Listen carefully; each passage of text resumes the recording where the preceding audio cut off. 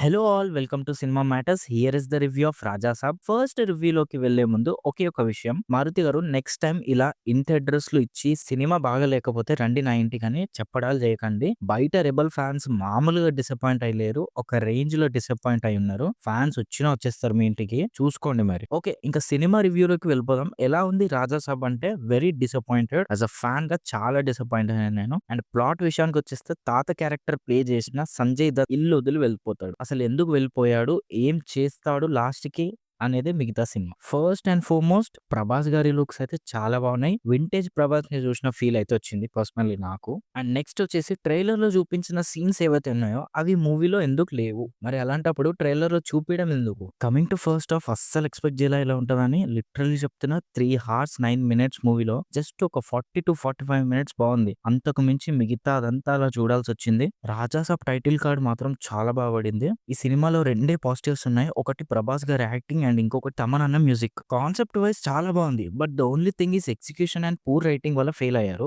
Movie based on horror, comedy, romantic, fantasy, emotional అని చెప్పారు కదా, అసలు మూవీలో ఇక్కడ హారర్ లేదు. కాస్త కోస్తో ఎమోషన్ అన్న వర్కౌట్ అయింది. జరీనా వహాబ్ కి ప్రభాస్ కి మధ్య ఉండే ఎమోషన్ సీన్స్ బాగున్నాయి. ఇంతకు మించి ఇంకా కామెడీ అయితే చెప్పనక్కర్లేదు. మంచి మంచి స్టార్ కమెడియన్స్ ని పెట్టుకోండు, అస్సలు వర్కౌట్ అవ్వలేదు. కామెడీ అయితే వాళ్ళు వేసే జోక్స్ కి కూడా అసలు నవ్వు రాలేదు. యాక్చువల్లీ కమెడియన్స్ హత్య జోక్స్ కి నవ్వు రావాలి, కానీ మారుతి పూర్ రైటింగ్ వల్ల 1% అంటే 1% కూడా జోక్స్ పండలేదు. లిటరల్లీ సినిమా చూస్తుంటే ప్రభాస్ గారు చాలా ట్రై చేసిండు కామెడీ వర్కౌట్ అవ్వాలని. Is trying to save the movie అనిపించింది. అసలు ముగ్గురు హీరోయిన్స్ ఎందుకు పెట్టిండో మారుతి గారికే తెలియాలి. సంబంధం లేకుండా నిధి అగర్వాల్ సీన్ వస్తది, మళ్ళీ ఆ తర్వాతనే మాల్విక మోహన్ సీన్ వస్తది. హీరోయిన్స్ ఉన్నంత సేపు మూవీ అయితే అస్సలు ముందుకెళ్ళదు. అక్కడ ఏదో పెంట జరుగుతుంటే మధ్యలో రొమాంటిక్ సీన్స్ వస్తాయి. అసలు అసలు ఏం చూపించాలనుకుంటూ మారుతి గారికే తెలియాలి. అస్సలు అంటే అస్సలు వర్కౌట్ అవ్వలేదు రొమాన్స్. ఇంకా సెకండ్ హాఫ్ లో అక్కడక్కడే కొద్దిగా ఓకే ఓకే అనిపించింది, బట్ లాస్ట్ 35 to 40 minutes చూసిన తర్వాత ఇది డైరెక్టర్ మారుతి గారే తీసిరా అనుకున్నా. సో ఈ లాస్ట్ 40 minutes కోసం నువ్వు రెస్ట్ ఆఫ్ ద మూవీ మరీ ఇలా తీస్తావా అనిపించింది. Coming to performances, already starting లో చెప్పిన ప్రభాస్ గారి లుక్స్ అయితే చాలా బాగున్నాయి. Different different colour shirts,